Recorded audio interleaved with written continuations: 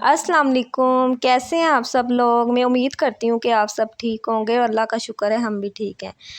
तो ये दोपहर का टाइम है, बच्चे स्कूल से आए थे तो उनसे सब्र नहीं हो रहा था कि हमें भूख बहुत लगी है, हम चेंज बाद में करेंगे और आप हमें पहले खाना मम्मा दे दें। तो मैंने पहले उनको खाना दिया, उसके बाद जी मैंने उनको खाना वगैरह दे के किचन तो मैंने नीट पहले ही कर लिया था खाना वगैरह बनाकर। तो खाना देकर तो उसके बाद मैंने बच्चों को ट्यूशन भेजा, सपारा पढ़ने भेजा। सपारे के बाद भेजने के बाद मैंने उनके यूनिफ़ॉर्म वॉश किए, क्योंकि ये डेली करने होते हैं और मैं हाथ से करती हूँ, मशीन में नहीं। मशीन तो हफ्ते में एक दफ़ा लगनी होती है, बच्चों का यूनिफ़ॉर्म डेली वॉश होना होता है तो फिर मैं हाथ से डेली के डेली कर देती हूँ। और मौसम भी माशाल्लाह से आज बहुत अच्छा हुआ था, काफ़ी बादल आए हुए थे और चांस था कि बारिश आ जाए, काफ़ी दिनों से तो नहीं आई थी, तो शायद अल्लाह मियाँ की मर्ज़ी है आगे। तो उसके बाद जी ये देखें अब दोपहर का टाइम था तो मैंने भी अपना खाना एंजॉय किया, बिरयानी थी यहाँ पे। उसके बाद मैंने डस्टिंग वगैरह की, डस्टिंग वगैरह सारी करके तो तपड़ी मैंने सारे कमरे में लगाई।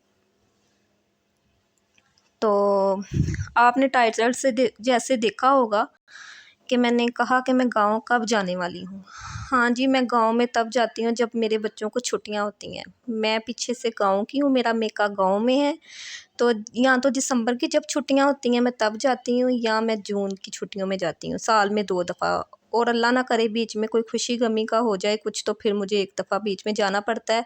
वैसे तो मैं साल में 2 दफ़ा ही गाँव जाती हूँ। तो अगर आप चाहते हैं कि मैं अपने गाँव की रूटीन, वहाँ का कल्चर आपको दिखाऊँ तो ज़्यादा से ज़्यादा आप मुझे सपोर्ट करें, मेरे चैनल को सब्सक्राइब करें, लाइक करें, शेयर करें। तो फिर हो सकता है मैं पहले भी जा सकती हूँ।